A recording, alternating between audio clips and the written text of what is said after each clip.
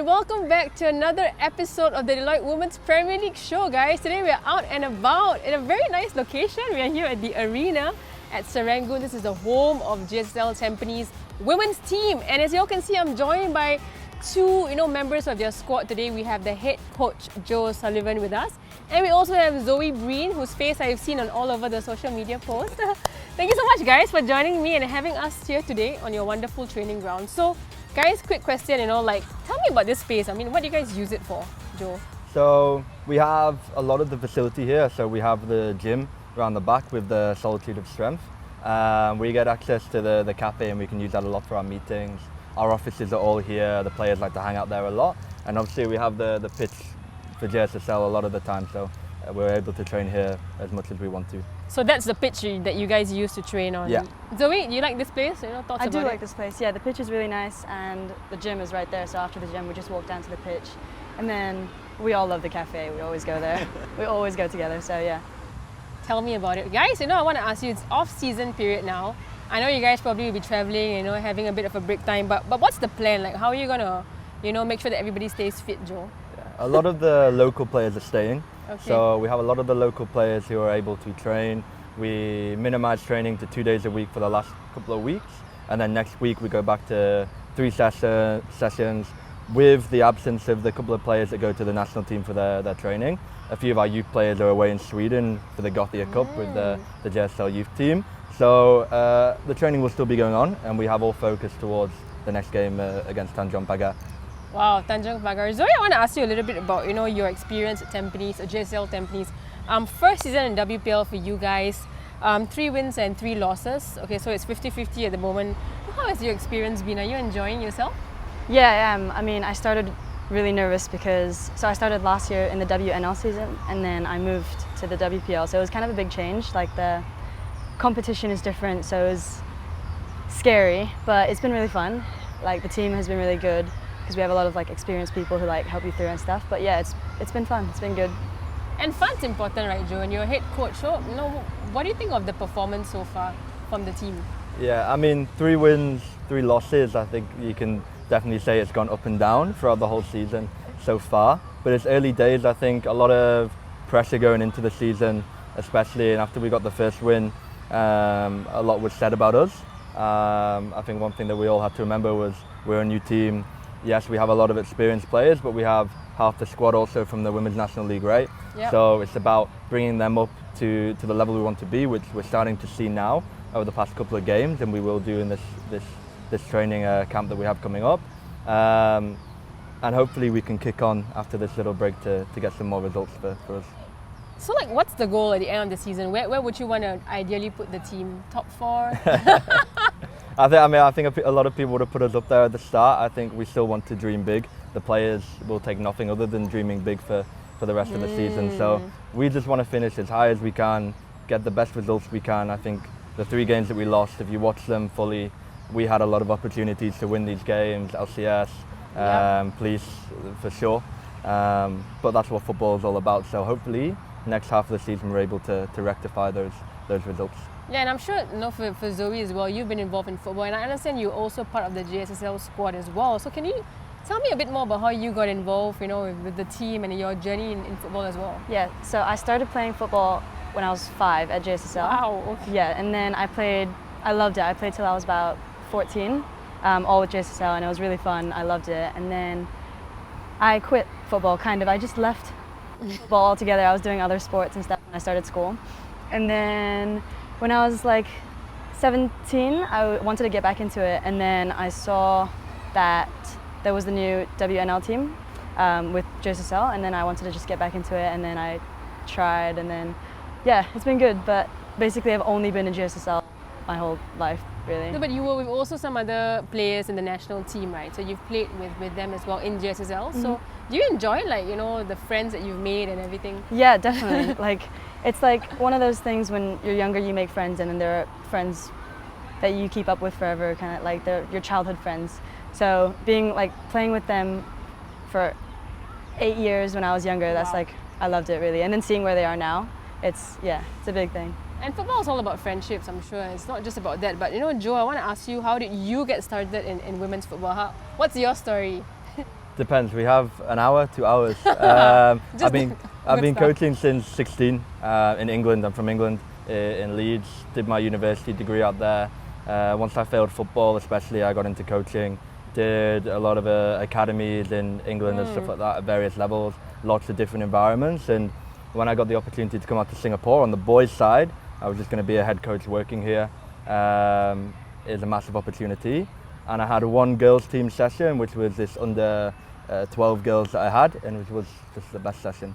From there, head of women's football to eventually pushing through the opportunity to create this women's team. And when we found out we had the permission to put the team in, I must have run down the street screaming, shouting, because we got there, and good WNL season. Now the WPL, it's been a crazy journey over the past couple of years. That's fantastic actually to know that you've sort of like been there from the start, especially with women's football growing. Did I want to ask you, like, what do you enjoy a lot about coaching women's football? Yeah, I mean, at first I've seen the growth. Yeah. When I first started, I came into the girls program, we had 43 girls. It wasn't about the women's or anything like that, it was just about girls playing football and enjoying football, right? And it was new for me, and watching them grow, seeing the differences, and I wanted a place for our under 17s girls to go. And the right direction was the women's program and creating the women's team. I think that the best thing is personality. Women's football has a lot of personality, and it's good to be involved in it. Fantastic. It's true that women's football is very different from the men's, even in terms of the, I guess, audiences watching it. It's a lot more family atmosphere, I feel, even at Women's World Cup. So, Zoe, I want to ask you, I mean, like I mentioned earlier on, what's your goal ultimately as a footballer? I understand you're Australian, right? So would you be like able to play for a national team one day? Or Well, I always wanted to play in the Singapore national team, and then it was like, I don't know what my end goal is really, but I would love to like represent probably Singapore as a more likely like goal. But I don't know, I kind of just am enjoying. You're enjoying right now, and then I just see how like the season goes, and then I don't really know. Call her up, guys. Call her up. we need more, I would say enthusiasm. I don't think many people know she's Singaporean. I don't think many people know you're Singaporean. Yeah, so now we have it on record. Zoe's Singaporean, she can be called up. Coach Karim, come on, give her a shot. Okay, I want to ask you as well, Zoe, since we spoke about Joe was telling us his story a little bit. What do you enjoy about Joe's coaching? What do you like about Joe as a coach? Go on. We spoke about this earlier, actually. The answer is don't know. I think Joe is quite a passionate coach. You can see it when he's coaching. He's very passionate about like what he wants, and he like when we're in training, you can see what he wants, and he makes it really clear. So first of all, he wants us to be close as a team. Like he'll like tell us to arrange things to be closer together, because if we're closer together, we can play well together. And I think he wants us to enjoy our football as well as play well. When we play well, he's really nice about it. When we don't play well, he's he's also nice, but he's less nice. So you can just see he's very passionate. Really, that's like probably the main thing about his coaching. Yeah. And passion is so important, isn't it, Joe, in football? I mean, emotions as well. But like, how do you keep yourself? I would say, keep the girls, keep going, because it is a tough season, especially for the expectations that Tampines had in the beginning of the season to win. Yeah. And they looked really strong. They still look very strong, but there is a lot of pressure as well for them to do well. Yeah, I think the key thing is remembering we do look really strong. Results say one thing and another, but all the players need to understand it's about learning. And I see the pressures that they go through. There's so many things that these girls, they cannot control, right? At the end of the day, we can say professional here, professional there, but everyone has jobs, lives, work, social lives, everything. So sometimes when you come into training it's like this, or sometimes when you go to a game it's the opposite way. It is about not focusing on the things you cannot control, but what we can control. And that is the people in your team, the friendships, what we can do on the training pitch. And when you have that, win, lose or draw, you always have your team, right?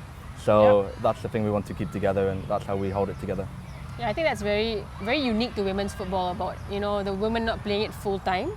So Zoe, I want to ask you: is there a player who inspires you, someone you look up to? It could be, someone you know or you don't know in women's football or in general. I really like Sam Kerr, the Australian.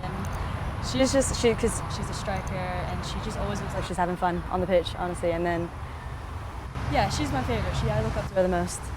So do you think they have a chance of winning the Women's World Cup this year? I think so. I think so. Yeah.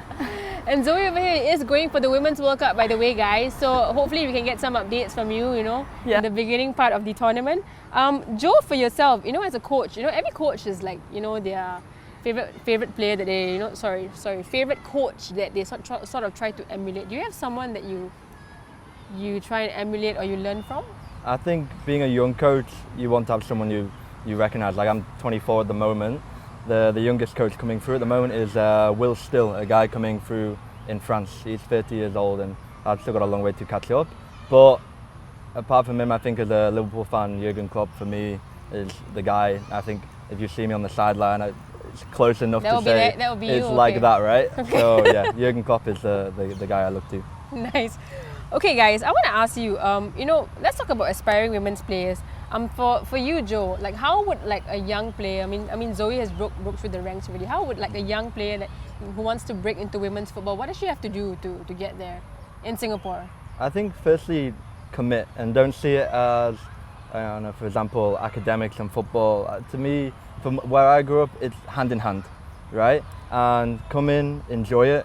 Like again, I've seen the program here with the girls team go from 43 players to now we sit at 130. It's not coincidence what we're able to do. Wow. And that's not anything, it's not wizardry. It's just come, enjoy your football at whatever level, and you're welcome at whatever level to make friends, to learn how to play football, and then compete, and then see where you want to go. And then for those who are aspiring, it's about not just doing the hard work on the training pitch, but outside.